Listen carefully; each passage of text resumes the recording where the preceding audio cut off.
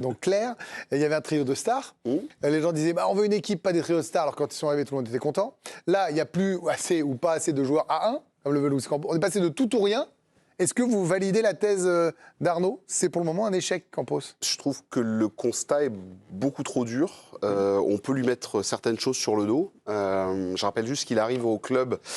Il y a tout j'allais dire un très gros mot, mais c'était un bazar sans nom au Paris Saint-Germain avec des stars à tous les étages. Il faut demander à tout le monde de ne pas rester là et de partir. Donc il avait du sale boulot à faire. Il a fallu faire le sale boulot. Il a fallu nettoyer les écuries. Je dis pas que son recrutement, oui, son fameux A1, B1, B2, menu B12, tout ce que tu veux, mais en tout cas, moi je vois sur certains profils, sur B2.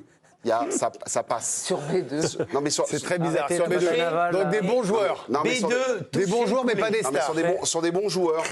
Ramos, Vitinha, Neves. Je me fais la liste. Non, mais Neves, il est plutôt en A2. Jeune pépite de 19 ans qui peuvent devenir. Sauf que ce sont des joueurs qui vont. C'est des joueurs en devenir. C'est horrible de parler des joueurs comme ça. Non, mais je vous le dis, en fait, oui, mais moi, ça me gêne un peu. Oui, mais c'est. Attends, le truc, c'est que c'est aussi le milieu du. Bien sûr, mais laissez-moi être naïf. B2, t'es content, c'est CTF, a priori. C'est TF3, là. Ça s'arrête à le max. D, tu le prends pas bien si t'es B2. Pour juste terminer sur le travail qui a été fait par lui, je trouve qu'on lui tombe un peu dessus facilement. Et alors après, à Monaco et à Lille, il avait une particularité, c'est qu'il avait des présidents qui lui avaient laissé des clés du camion. Là, il a un président qui adore venir faire 2-3 recrues, genre Randal Colomwani, c'est le dossier le plus sympa, c'est-à-dire que lui n'en veut absolument pas, dit mais non, Luis Enrique n'en veut pas, et nous on n'en veut pas, et là on a un président qui dit si, ça va faire plaisir à un joueur qu'on veut absolument garder. Et la vraie problématique... Dites-le le nom du joueur.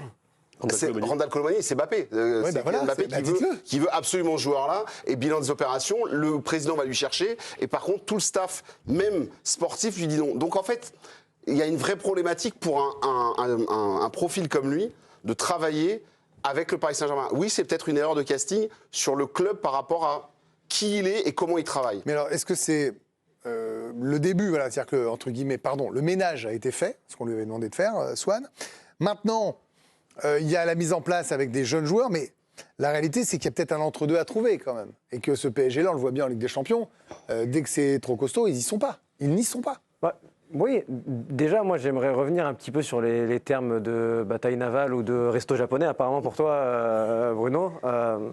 C'était pas... Il faut dire que la théorie qu'on a vue, la théorie dite du puzzle, merci Adrien pour la vidéo que je n'avais pas vue, magnifique. Il y a un moment où il faut être honnête et dire qu'en dépit de l'excellent travail qu'il a fait à Monaco, de l'excellent travail qu'il a fait à Lille, il n'a rien inventé, notre ami.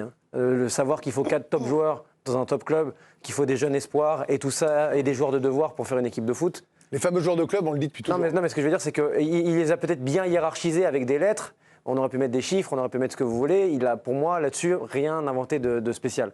Après, je suis d'accord qu'il faut contextualiser la chose par rapport à Luis Campos. C'est que je pense que, contrairement à Lille et Monaco, il est dans un club où ses méthodes marchent moins bien, passent moins bien. Et je pense aussi que Adrien évoquait sa capacité à être un petit peu omniprésent et dans l'ingérence, marche moins bien et passe moins bien au PSG. Par contre, surtout quand vous avez Nasser Al-Khelaifi au-dessus et Luis Enrique en dessous. Par contre, oui, je ne sais pas si on peut la remontrer, mais la liste qui a été montrée par Adrien pendant le sujet des joueurs et les sommes que ça a coûté, là, il y a un moment, on est obligé d'ouvrir son procès.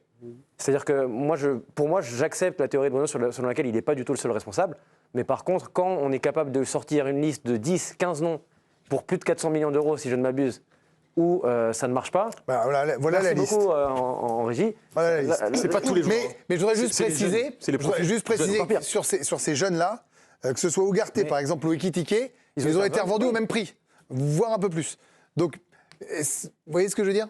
Est-ce que c'est pas à mettre à son crédit finalement? Parce que jamais de la vie on imaginait qu'Ugarte après sa saison. Est-ce que cette liste-là, on peut en tenir compte parce que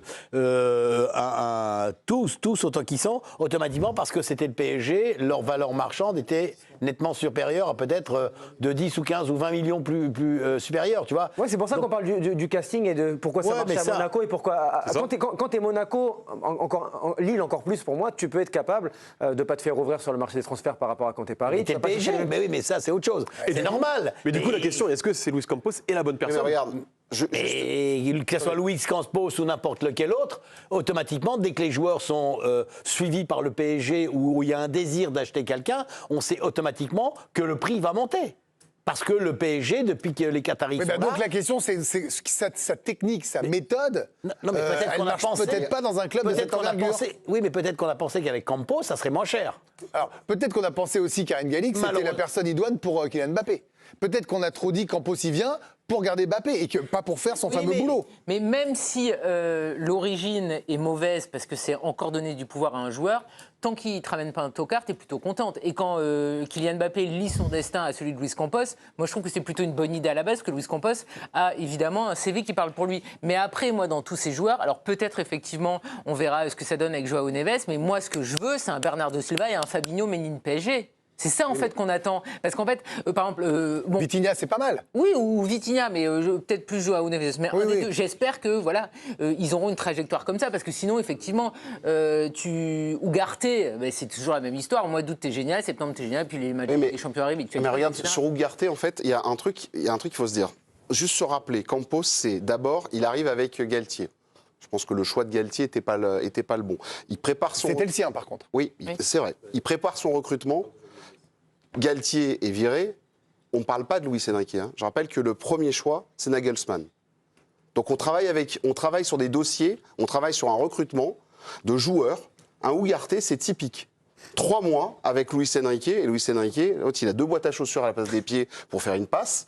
Ça ne lui convient pas. Il dit, je veux pas de ça. Je veux pas un mec qui, il veut pas un mec Bruno, qui cartonne. il y a des joueurs qui vont à tout le monde. Bernardo Silva et Fabinho à leur prime, ça va à n'importe quel style de football. Non, et donc on aimerait voir des joueurs comme ça. Et peut-être effectivement, Vitinha et Joao Neves sont ceux-là, mais il y a énormément de fours dans son recrutement, c'est ça. C'est qu'en fait, on rêve tous, je pense, ou même dans Osimhen. Osimhen, quand il arrive à Lille, on ne sait pas qui c'est. Après Karine, vous parlez de four. Moi, je voudrais qu'on prenne les joueurs à part. Colomani, c'est un four. On n'est pas jusqu'à présent. C'est raté. C'est pas la faute.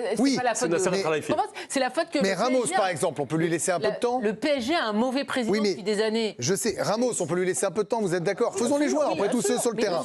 Ugarte, il est reparti. Neves, vous y croyez? Non mais après, il y a Barcola, ça se passe plutôt pas mal, même si c'est assez dur. Mais dans tous les cas, ça restera un investissement qui est lourd. Et c'est ça, en fait, aussi, qui est dommage. Parce que ce qu'on aime dans l'histoire de Bernardo Silva, c'est un joueur qui joue dans l'équipe B du Benfica. 15 millions, et qui, finalement, il finit à Manchester City. Rappelez-vous, Karine, vous suivez Monaco. Il l'achète 15 millions, tout le monde dit, mais il met 15 millions sur un gars qui joue dans l'équipe B. C'est pas donné, mais c'est quand même pas non plus 60 millions. Non. Parce que Gonzalo Ramos, a priori, il sera jamais revendu 200 millions. Non, mais il a joué à la Coupe du Monde avec le Portugal. D'accord, mais je dis pas que c'est une arnaque, Ramos. Je dis que c'est pas une affaire non plus. En fait, il avait une clause, ils ont payé la clause. Oui, mais on revient à ce que disait Olivier, c'est qu'il y a un prix PSG, il y a un prix Chelsea. Là, en l'occurrence, il y avait une clause pour Ramos aussi. Oui, c'est clair. L'idée, elle est bonne du joueur, mais en fait, c'est pas vraiment une trouvaille. Gonzalo Ramos, il est international portugais, il fait la Coupe du Monde. Oui, mais si je prends... Mais là, on est sur Ramos, j'entends. Mais si on est sur Neves... bon, il joue à Benfica, d'accord. Sur Vitinha, quand il arrive. Vitinha, quand il arrive, me faites pas. Enfin, Nacho, c'est pas mal. Pacho, il s'appelle Pacho. Oui. Non, mais Pacho, c'est un très bon défenseur. Il y a quand même des Barcola, même si là, en ce moment, c'est très dur depuis un trimestre. Il a quand même du talent encore, le gamin. Là, ils l'ont pris à Lyon. À 50 millions. Karine parlait de Gonzalo Ramos, qui donc que Luis Campos, voulait faire venir absolument. Et là, ça soulève aussi, selon Arnaud Armand, un autre problème, Luis Campos. Factuellement, on peut imaginer qu'il y a un réseau portugais et il y a un lien fort entre Luis Campos et Jorge Mendes. Il n'y a qu'à voir tous les joueurs qui travaillent ou qui ont travaillé pour Mendes et qui sont arrivés au Paris Saint-Germain. Fabian Ruiz, je crois, Joao Neves, Zaïre Emery est passé chez Mendes aussi. Gonzalo Ramos, c'est le même biais. Ugarte, c'était le même biais. Il y a clairement une filiation, un rapport très privilégié entre les deux hommes, ce qui quand même pose question et interroge. Ouais. Alors, on fait quoi après, c'est toujours pareil. S'il prend que des Ramos, ça va. Hein. C'est des quiches. C'est toujours pareil. Il y a toujours des agents qui sont préférés dans des clubs. Hein. Après, je suis désolé. On le sait tous, dans ce milieu-là, il y a toujours un circuit préférentiel. Ah oui. Il n'y a pas qu'à Paris. Hein. Voilà, le Paris Saint-Germain, à l'époque Leonardo. Sendai, il a des clubs, il les met tous. Hein. Voilà. Donc là-dessus, je suis un peu... Après, dans ces profils, par contre, ce qui est sûr, c'est qu'il ne te sort pas du chapeau en te disant j'ai une vedette à vous apporter aussi, dans les négociations. C'est-à-dire que lui, ce qu'il aime, c'est du scouting aussi. C'est de trouver la pépite. Quand il te ramène Mais il y a moins de temps à Paris de. Regardez, là, les gamins, ils mettent du temps à éclore et tout le monde dit ils sont nuls. C'est pas qu'une question de temps. Non. C'est pas qu'une question de temps, c'est une question de standard aussi, Greg. Pas les joueurs. C'est une question de standard. C'est-à-dire que quand vous êtes à Monaco et à Lille, j'insiste sur Lille, vous pouvez vous permettre de prendre des joueurs qui vont éclore à Lille. Et je prends Jonathan David dont on a parlé. Ouais. Jonathan David, s'il arrive de Gand au PSG, flop. Mais par contre, à Lille, là, il a le temps de s'installer, il devient meilleur buteur du club, etc. Donc, pour moi, on parlait de casting, Campos, c'est plus intéressant à Lille parce qu'il va aller chercher des joueurs qui sont à la hauteur pour exploser dans le club. Là, à Paris, peut-être que Campos a dans son réseau des pépites, il n'y a pas des Bernardo Silva tous les jours, malheureusement, je rejoins Karine là-dessus, des pépites qui seraient très bonnes pour même atterrir à l'OM, peut-être atterrir dans d'autres clubs français, mais où pour Paris, c'est trop léger dans un contexte qui est sulfureux. Parce qu'il n'y a pas le temps.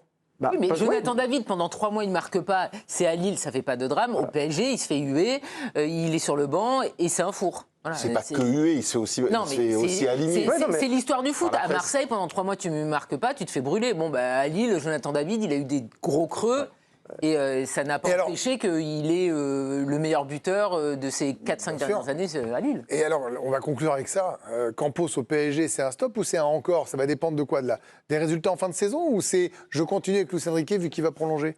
Mais ça dépend où on met la. Et je te rejoins, ça la dépend barre, où c'est on pour met la monter, barre. Oui, mais progresser on est chaque d'accord. année. L'idée, c'est de Il y a un progresser moment, chaque faut année, si arrêter. j'ai compris. Mais il y a un moment, il faut arrêter de dire des bêtises, Pardon Greg. On peut pas toujours. Mais non, mais S'engueuler. pas nous, hein. Ah, bon. Pas nous. Ah, mais pas nous. Eux. Non, les dirigeants du Paris Saint-Germain. On en dit quand Ils ont commencé à faire marche arrière en diminuant un petit peu la barre en disant oui, bon, ben, si on passe pas. J'ai même lu un truc comme quoi si le PSG ne se qualifie pas, c'est pas pour ça que Luis Enrique En Ligue serait des Champions. en Ligue des Champions, pardon, que Luis Enrique serait viré pour autant. remis en question, etc., etc. Donc peut-être il y a un changement. Peut-être on accepte maintenant de ne plus aller aussi vite. Et là, on peut avoir du travail cohérent et du travail sur des années. Parce que peut-être que Paris Saint-Germain, avec certains des joueurs qui sont présents Mais il y a maintenant, du talent, là, c'est sûr. dans 2 ans, sera une équipe ultra compétitive. Parce qu'effectivement, Mais il y a du moins de talent. temps. Et ils ont raison tous. Ils vous disent peut-être que vous avez sans doute raison, mais comme c'est Paris, bah, le temps, ils ne l'auront Sauf- pas. Sinon, on va tous leur faire Non, leur sauf procès. si on accepte de dire stop. Ah bah oui, mais, Mais il y a un moment, il faut. Sauf que la vraie J'ai problématique. même lu encore de ce matin que les gens du Qatar, s'il y a une offre qui arrivait, tout d'un coup, ils se diraient. c'est ce murmure, c'est pas de Ah bah oui, non, mais l'officialisation. bien sûr que c'est pas officiel, mais en tout cas, il y a quand même le sentiment de se dire que bon, peut-être maintenant, on va aller quand même un petit peu plus bas. Et puis on va peut-être attaquer avec plus d'intelligence. Sauf que la vraie problématique, c'est que pendant 12 ans, tu as eu une politique de star, tu as eu des gens Ah bah, qui c'est venaient clair. aussi au stade pour ça, Ouais. qui étaient un peu dans l'urgence. Et maintenant, quand on te demande, attends de voir Joao Neves, qui pour l'instant est encore un petit peu comme ça, et tu lui dis, attends, tu vas voir, ça va devenir un Oui, crack, mais je suis ça va d'accord avec devenir toi. un crack, Ah, mais on est laisse-le d'accord. pousser. Vous voulez dire que les gens peuvent être ingrats parce que maintenant qu'il y a un centre de formation, un club valorisé à 4 milliards au lieu de 100 millions. Non, mais il y a un côté, le club est stable, sera maintenant établi à vie. Alors Le qu'il parc était en n'est pas danger. plein. C'est la réalité. Le Parce parc que n'est depuis plus le début, plein en on Ligue 1. on sait, nous, les gens du foot, que le PSG a fait tout à l'envers. Oui, ils sont partis. Ils ont construit fait- une marque. ils ont Mais non, fait à l'envers. Oui, mais Olivier, ce Alors, club. ils ont- Moi, ils ont alors, d'abord- attends, Bruno, ils ont fait à l'envers. Olivier, moi, je vais juste, Vas-y, je vais faire comme si j'étais chroniqueur. Oui. Bruno. Oui. Ils ont fait à l'envers. Ils ont construit une marque mondiale. Non, mais j'entends alors, non, mais bien. le club n'existait pas. Je vous rappelle que ce club luttait pour ne pas descendre à Sochaux, Attends, alors que ce n'existait pas. club-là, Attends, n'existait non mais pas. Arrête, oh. les 10 ans avant, je parle pas de l'Air Canal. Oui, je oui, parle oui. des 10 ans avant, pas le club. Le club a une D'accord. histoire très riche en très peu de temps. C'est pas la question. Je parle des 10 ans d'avant. D'accord. Ce club-là luttait pour pas Non, mais je descendre suis en d'accord Ligue 1. avec vous. Ils ont joué des finales de Coupe d'Europe et tout le monde se plaignait d'être éliminé en quart. Et donc Les quarts, ils les voyaient de loin. C'est quoi le rapport Bah, ça veut dire que c'est pas si mal. Mais Bah, c'est pas mal. Mais par contre, pour revenir sur Luis Campos, et Non, je pense qu'Adrien l'a vu dans son dossier, c'est qu'en fait, c'est sur 3 ans. Et là, on est sur... Non, on devrait être sur une 3e année. Et moi, je prends la première année de son ère au PSG, qui est avec... quand il se retrouve avec Neymar, Messi, Agir et Mbappé, c'est pas du tout Et bah, pour comme moi, lui, quand ça. je vous ai vu, là, quand vous venez, là, comme ça, faut que je tranche. Je vous dis stop, Bruno Salomon. Et on remercie C'est pas pour- Adrien Courreau pour son pourquoi.